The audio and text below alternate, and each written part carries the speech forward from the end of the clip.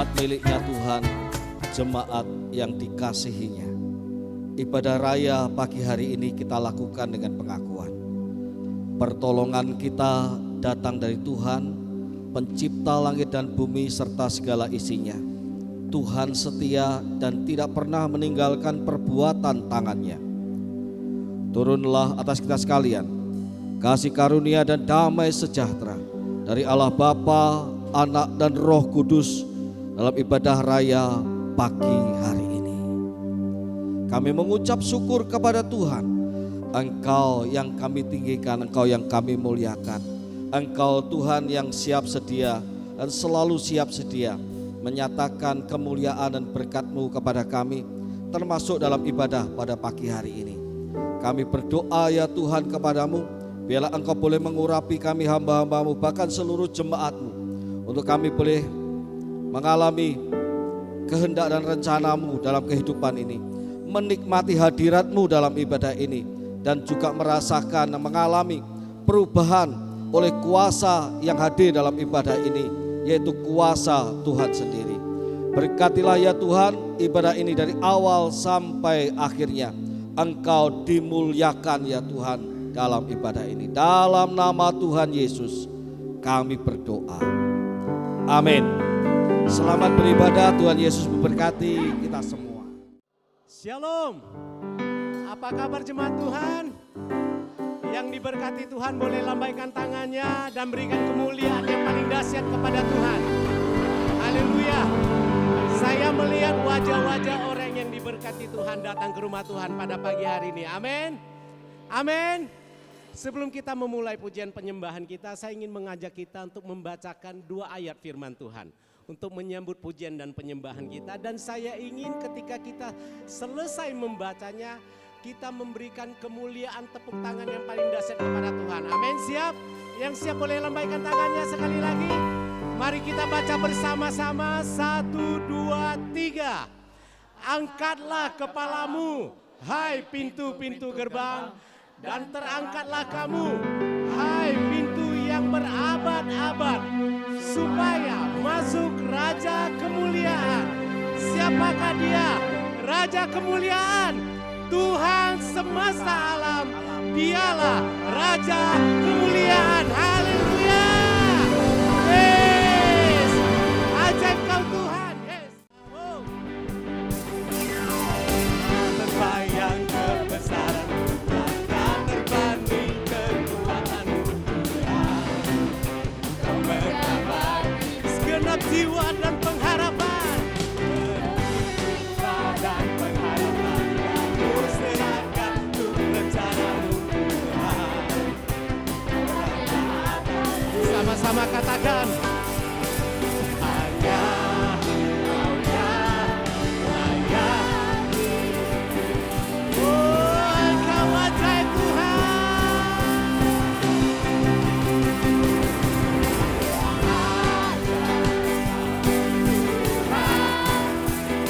Agung dan perkasa,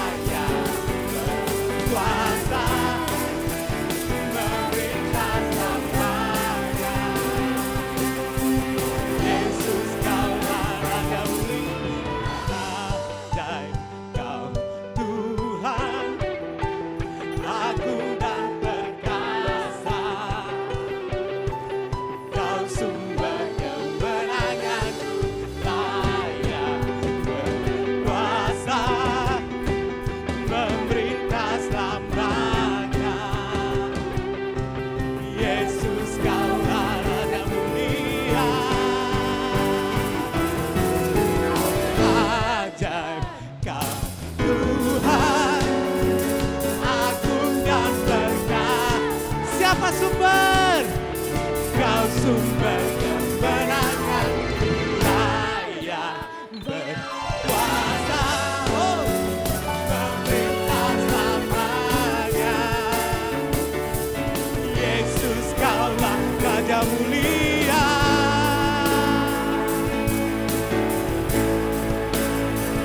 Raja mulia. Oh.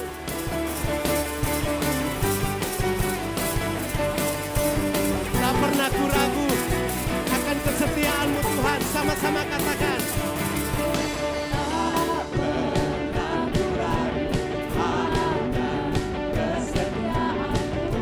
Dia yang pegang hidup kita. Haleluya.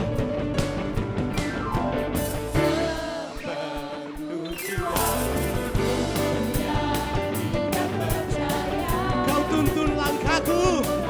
Yes, haleluya.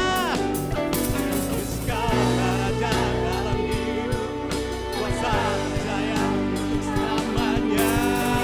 Hanya Kau Tuhan, sumber kekuatan, kuasa-Mu tercurah bagiku senantiasa.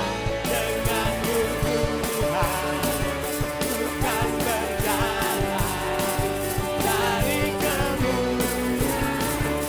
Sama-sama katakan, haleluya. Hanya Kau Tuhan, sumber kekuatan. Katakan kuasa-Mu bagiku senantiasa. Denganmu Tuhan, ku kan berjalan. Sekali lagi, hanya Kau Tuhan. Katakan, hanya Kau Tuhan, sumber kekuatan, dan kuasa Tuhan akan dicurahkan atas kita. Bagiku senantiasa denganmu yang akan berjalan dengan Tuhan. Haleluya. Dari kemuliaan sampai kemuliaan, hanya Kau Tuhan, sumber kekuatan, kuasa-Mu tercurah bagiku senantiasa. Denganmu Tuhan, bukan berjalan dari kemuliaan sampai kemuliaan selamanya.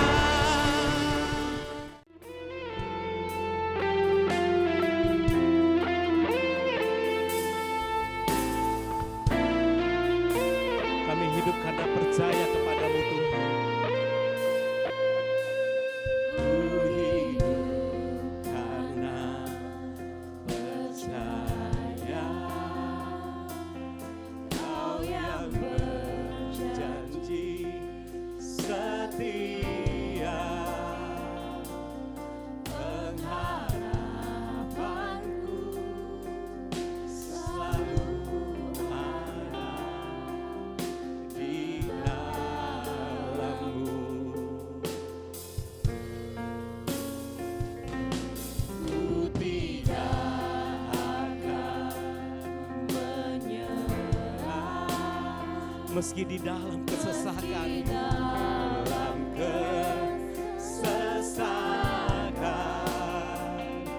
seluruh hidupku dalam genggaman-Mu.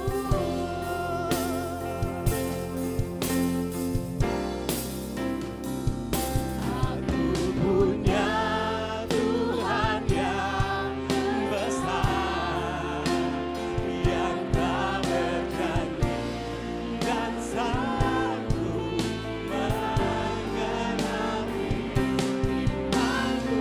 Bersepakat percaya kuasa-Nya, ku terima sekarang. Mari sama-sama saja kita untuk bangkit berdiri. Aku punya Tuhan yang besar, yang tak berganti dan sanggup menggenapi imanku. Bersepakat percaya kuasa-Nya, terima kebenaran-Nya. Punya Tuhan yang besar, yang tak berjanji dan sanggup. Engkau sanggup menggenapi Tuhan apa yang telah Engkau janjikan. Vancouver dan iman kami bersepakat percaya akan kuasa-Mu Tuhan. Ku terima sekarang kemenangan darimu. Masih punya Tuhan, punya pengharapan.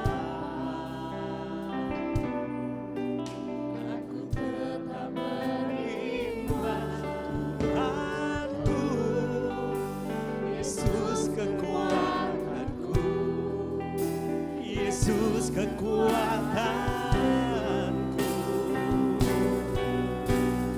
Aku masih punya Tuhan.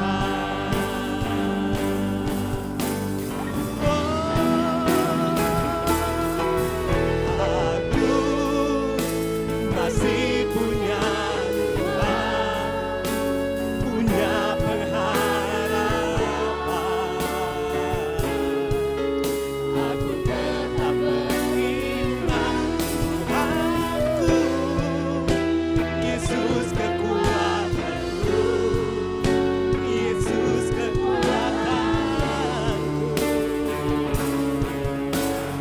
Aku masih punya Tuhan. Aku masih punya Tuhan.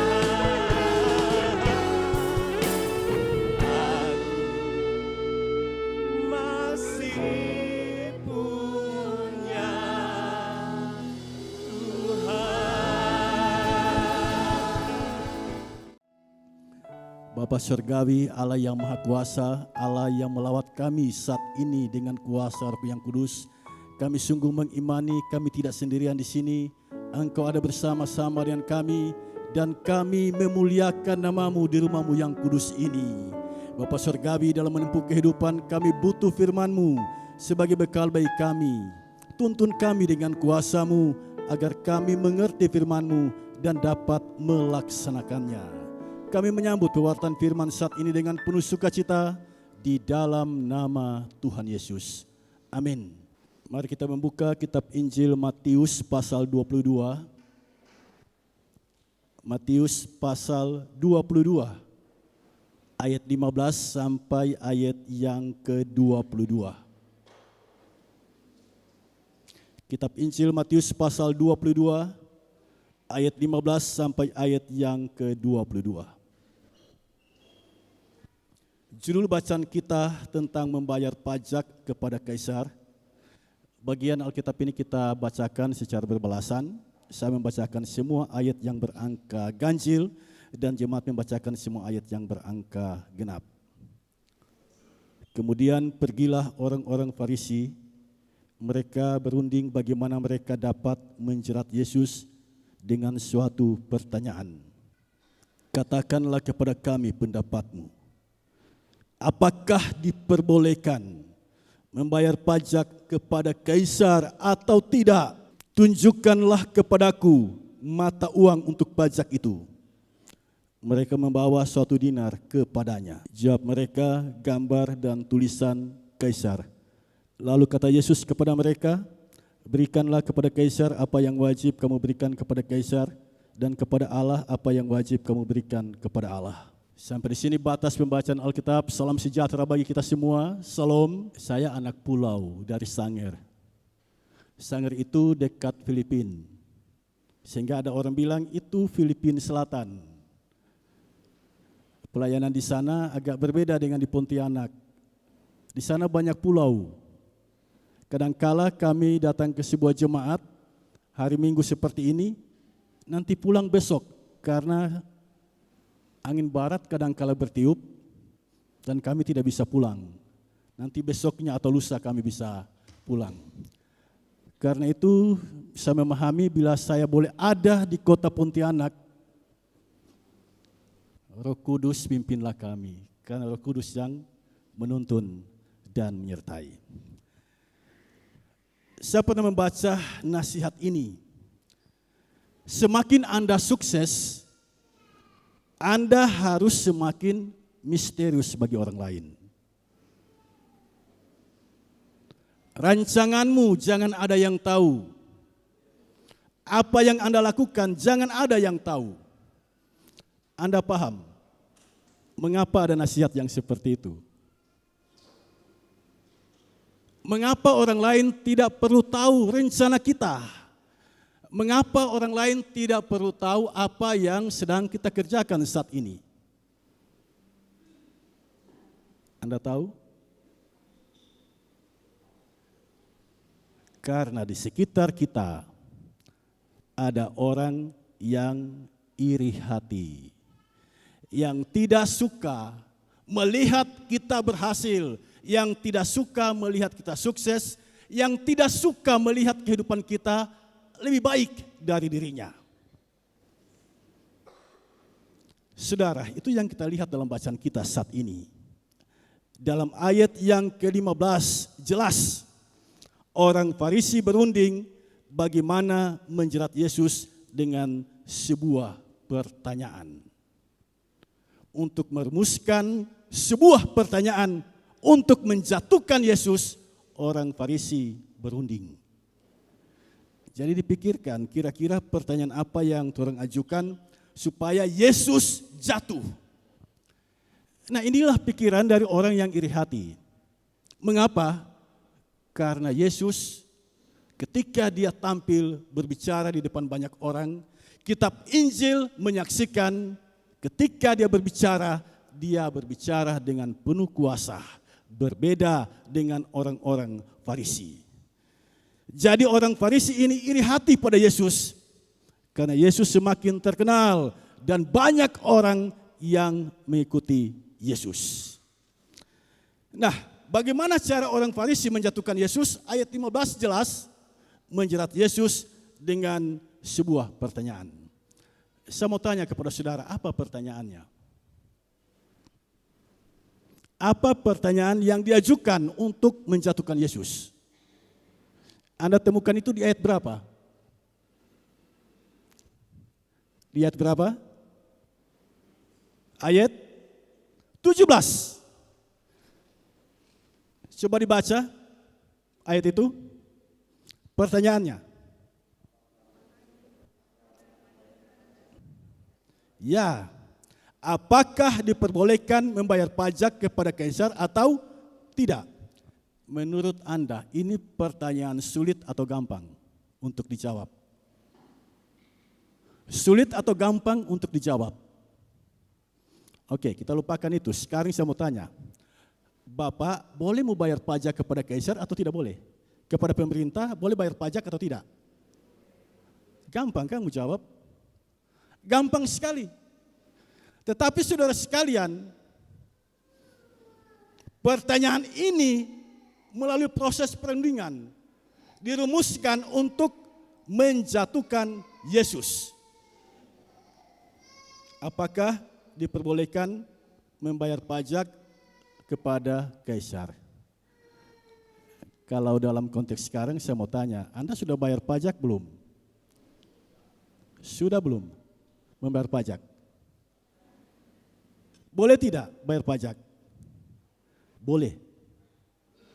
Tetapi kalau Yesus menjawab boleh atau tidak, itu menjatuhkan dirinya. Mengapa? Siapa yang bertanya di sini? Yang datang menjumpai Yesus dan mengajukan pertanyaan siapa? Ada dua kelompok manusia. Yang pertama, murid-murid orang Farisi. Berarti orang Farisi ini dia pejabat, punya kedudukan yang tinggi sampai dia punya murid. Farisi itu dari bahasa Ibrani prusim, artinya orang yang memisahkan diri. Mengapa? Karena mereka bertekun mentaati hukum Taurat dan mereka tidak mau bergaul dengan orang yang tidak taat pada hukum. Nah, mereka punya murid dan mereka bertanya kepada Yesus. Dan kelompok yang kedua yang mengajukan pertanyaan ini adalah orang Herodian, dari kata Herodes. Jadi ini adalah pendukung Raja Herodes Antipas saat itu. Orang Farisi adalah representasi orang Yahudi yang benci dengan orang Romawi yang saat itu sedang menjajah bangsa Israel. Pajak yang diambil dari orang Israel itu dibawa disetor kepada pemerintah Romawi, dan karena itu orang Farisi tidak suka membayar pajak. Karena pajak diserahkan kepada bangsa penjajah yaitu Romawi. Sedangkan orang Herodian, demi untuk menjaga kekuasaan Herodes, orang Herodian ini bekerja sama dengan orang Romawi untuk menjaga kekuasaan ini. Jadi orang Herodian mendukung harus bayar pajak kepada pemerintah Romawi. Dua sikap yang berbeda. Saya mau tanya kepada Bapak Ibu Saudara sekalian, kalau Yesus menjawab boleh membayar pajak kepada kaisar, siapa yang marah? Siapa yang marah? Orang Farisi. Karena orang Farisi tidak mau bayar pajak kepada kaisar. Karena kaisar dianggap penjajah. Tapi kalau Yesus menjawab, tidak boleh membayar pajak kepada kaisar, siapa yang marah? Orang Herodian. Karena orang Herodian sahabat dari orang-orang Romawi. Ini adalah pertanyaan jebakan. Kalau Yesus menjawab ya, boleh memberikan persembahan, memberikan pajak, itu menjatuhkan dirinya. Demikian juga kalau dia menjawab tidak boleh. Nah, karena itu Yesus bijaksana menjawab pertanyaan ini. Apa kata Yesus? Tunjukkanlah kepadaku mata uang untuk pajak itu. Lalu apa yang mereka bawa? Apa yang dibawa? Sebuah dinar. Dinar itu koin, mata uang bangsa Romawi. Nilai 1 dinar itu adalah upah seorang pekerja harian. Kalau ada yang bekerja 1 hari kemudian diupah, itu nilai 1 dinar. Dan di atas dinar itu ada tulisan dan gambar kaisar. Yesus gunakan itu sebagai media. Ini tulisan dan gambar siapa? Gampang dijawab. Langsung spontan mereka mengatakan tulisan dan gambar kaisar. Disitulah kebijaksanaan itu muncul. Berikanlah kepada kaisar apa yang wajib kamu berikan kepada kaisar, dan kepada Allah apa yang wajib kamu berikan kepada Allah. Ayat ini kemudian dikutip oleh pemerintah untuk memotivasi kita bayar pajak, bayar pajak, bayar pajak. Ayat ini. Padahal konteks yang melatar belakangi ayat ini adalah upaya dari orang Farisi untuk menjatuhkan Yesus. Nah, penginjil Matius memberitahu kepada kita reaksi Yesus ketika dia dijebak dengan pertanyaan apakah diperbolehkan membayar pajak kepada kaisar atau tidak. Kita lihat ayat 18. Ayat 18, tetapi Yesus mengetahui kejahatan hati mereka itu. Itulah Yesus Tuhan kita. Dia tahu isi hati kita. Dia tahu apa yang ada di dalam hatimu saat ini. Manusia boleh bertanya, apa masalahmu? Tapi Yesus, aku tahu masalahmu. Manusia boleh bertanya, apa isi hatimu, apa keinginanmu? Tapi Yesus, aku tahu keinginanmu, aku tahu isi hatimu. Saat ini Anda ada di sini, datang beribadah di sini. Mungkin di antara kita ada yang punya pergumulan. Manusia bisa bertanya, apa masalahmu? Tapi Yesus, aku tahu masalahmu. Karena Tuhan kita adalah Tuhan yang tahu isi hati manusia. Dalamnya laut, dapat diduga. Hati manusia siapa yang tahu? Tapi Yesus tahu isi hati kita. Itu reaksi Yesus yang pertama. Reaksi Yesus yang kedua, perhatikan kata-katanya pada ayat yang ke-18. Mengapa kamu mencobai aku, hai orang-orang munafik? Saya bertanya di sini, mengapa Yesus tidak marah? Ketika dia tahu hati orang-orang ini jahat, kenapa Yesus tidak marah? Mengapa? Sebab kalau dia marah, itu bertentangan dengan ajarannya. Ada yang ingat pengajaran Yesus dalam khotbah di bukit? Matius pasal 5, ayat yang ke-22. Ada yang ingat ajaran Yesus? Matius 5 ayat 22. Saya bacakan bagi kita semua. Tetapi aku berkata kepadamu, setiap orang yang marah terhadap saudaranya harus dihukum. Siapa di sini yang selama hidupnya tidak pernah marah? Boleh berdiri? Yang tidak pernah marah. Ada? Angkat tangan, ada? Yang selama hidup tidak pernah marah. Saya rubah pertanyaannya. Siapa di antara kita yang hadir saat ini pernah marah? Silakan berdiri. Berdiri. Yang pernah marah. Ya. Marah itu alami atau tidak? Marah itu alami atau tidak? Alami. Kalau alami, boleh marah atau tidak? Boleh, kan alami. Kalau engkau diperlakukan tidak adil, marah tidak? Kalau engkau diinjak-injak harga dirimu, marah tidak?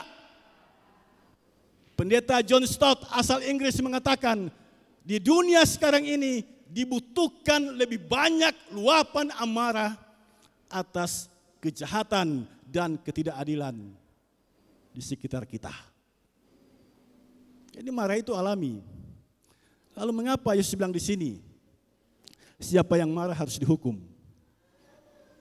Saya memeriksa tentang hal ini, ternyata dalam teks Alkitab berbahasa Yunani dikenal ada dua jenis marah. Yang pertama itu yang disebut orge. Coba sebut orge. Orge. Orge itu begini. Hari ini dia marah, besok dia marah, bulan depan dia masih marah, tanggal 31 Desember dia masih marah. Jadi amarah yang disimpan itu yang Yesus bilang di sini harus dihukum. Paulus pernah bilang, jangan matahari terbenam sebelum padam amarahmu. Karena itu Yesus bilang, pemilik kerajaan surga harus seperti anak-anak kecil. Pernah lihat anak kecil ketika baku marah hari ini, besok sudah bermain sama-sama. Itu anak kecil. Nah, amarah jenis yang kedua itu namanya tumos. Tumos. Hari ini dia marah, besok hilang dia pemarah. Itu dalam bahasa sehari-hari, kita sering jumpa dengan orang yang bilang begini, saya memang marah, tapi setelah itu habis. Nah itu tumos. Nah kemarahan yang seperti ini, itu alami. Itu biasa. Jadi yang Tuhan tidak suka adalah mendendam. Kemudian reaksi Yesus yang ketiga adalah Yesus berdialog. Meminta tunjukkan mata uang untuk pajak dan mereka menunjukkan mata uang dinar. Jadi Yesus tegas, kepada kaisar ada kewajiban kita. Kepada pemerintah ada kewajiban kita. Tetapi kepada gereja, kepada Tuhan juga ada kewajiban kita. Nah, dari ulasan kebenaran firman Tuhan ini, apa yang dapat Anda pelajari? Saya mencatat beberapa hal penting. Yang pertama, jangan ada penyakit iri hati dalam hidupmu. Ketika engkau melihat orang sukses, doakan dia. Doakan agar lebih sukses lagi, agar tidak ada penyakit iri hati dalam hatimu. Ketika engkau melihat orang lain kedudukannya lebih tinggi darimu, bersukacitalah supaya penyakit iri hati itu tidak ada dalam hatimu. Bersyukur, bersukacita itu menyingkirkan penyakit iri hati itu dalam diri kita. Itu yang pertama. Yang kedua, tidak semua pujian itu tulus. Mari kita lihat bacaan kita saat ini. Dalam ayat yang ke-16, kami tahu pujian pertama, engkau seorang yang jujur. Pujian kedua, jujur mengajar jalan Allah. Pujian ketiga, engkau tidak takut kepada siapapun juga. Pujian yang keempat, engkau tidak mencari muka. Tapi apakah tulus pujian ini? Ayat 18, membuka borok dari orang-orang ini, tetapi Yesus mengetahui kejahatan hati mereka. Di depan Yesus, begitu manis memuji Yesus, tapi di belakang mereka punya niat busuk untuk menjatuhkan Yesus. Itu di zaman Yesus. Bagaimana dengan di zaman sekarang? Ketika Anda tersenyum, senyum yang tulus atau tidak? Ketika engkau memuji pemimpinmu, itu tulus atau tidak? Ketika engkau mengatakan, hidungmu memang mancung, engkau hebat, apakah itu tulus atau tidak? Ada syair lagu yang mengingatkan kita tentang hal itu. Di hadapan manusia, boleh kau bersandiwara, tapi jangan kepada Tuhan. Di hadapan manusia kita bisa saja bersandiwara, berlaku tidak tulus, tapi di hadapan Tuhan tidak. Yang ketiga, ingat kewajibanmu. Kewajiban kepada pemerintah, kepada kaisar, dan juga kewajibanmu kepada Allah. Intinya, Tuhan Yesus mengajarkan kita bertumbuhlah sebagai pribadi yang bertanggung jawab. Jadilah pribadi yang bertanggung jawab. Untuk menjelaskan tentang hal ini, saya mau menceritakan sebuah cerita yang Anda harus ambil hikmahnya. Anda pernah lihat burung puyuh? Burung puyuh. Atau Anda hanya lihat telur puyuh yang biasa dimakan, disajikan itu. Burung puyuh itu berwarna hitam. Ketika dia masih pacaran, kemana-mana dia sama-sama. Kemudian hinggap di pohon sama-sama, terbang sama-sama, kemana-mana sama-sama. Kemudian puyuh betina mengeluarkan telur dan menetaslah anak. Ketika menetas menjadi anak, saya mau tanya, siapa yang merawat anak ini? Puyuh betina atau puyuh jantan? Puyuh jantan. Jadi yang bertanggung jawab puyuh jantan, puyuh betina tidak bertanggung jawab. Jangan jadikan kehidupan keluargamu keluarga puyuh. Hanya suami yang bertanggung jawab, lalu istri tidak bertanggung jawab. Segala-galanya dikerjakan oleh suami, memasak suami, mencuci baju suami, belanja ke pasar suami, pokoknya segala pekerjaan di rumah suami yang mengerjakan. Sementara istri hanya tahu bersolek di depan cermin. Itu tidak beda jauh dengan keluarga puyuh. Lihat kiri kananmu, apakah ada keluarga puyuh di sini? Yang kedua, ayam sama dengan puyuh, kemana-mana bersama. Kemudian keluar telur, menetas jadi anak. Siapa yang merawat anak ini sampai dia besar? Ayam betina atau ayam jantan? Ayam apa? Ayam apa? Betina. Dalam kehidupan keluarga ada yang seperti itu. Segala-galanya istri yang kerjakan. Sampai memanjat pohon kelapa, istri yang melakukannya. Sementara suami tidak bertanggung jawab atas kehidupan keluarga. Tetapi saya tidak mengajarkan ibu-ibu ketika ada suami yang seperti itu, lalu Anda panggil, ayam, ayam. Tidak. Tetapi ini menjadi evaluasi bagi kita. Agar kita dalam menjalani kehidupan, belajarlah pada burung merpati. Burung merpati sama. Ketika keluar telur, menetas jadi anak, siapa yang bertanggung jawab merawat anak ini? Merpati jantan dan merpati betina. Bagian Alkitab yang kita baca saat ini sesungguhnya mengajarkan kita untuk jadilah pribadi yang bertanggung jawab. Berbagilah pekerjaan. Jangan segala-galanya diserahkan pada satu orang saja. Engkau adalah merpatinya Tuhan. Tuhan menghendaki kita menjalani kehidupan bertumbuh sebagai pribadi yang bertanggung jawab. Sebab ketika kita tiba di pintu gerbang surga, masing-masing kita bertanggung jawab atas kehidupan kita.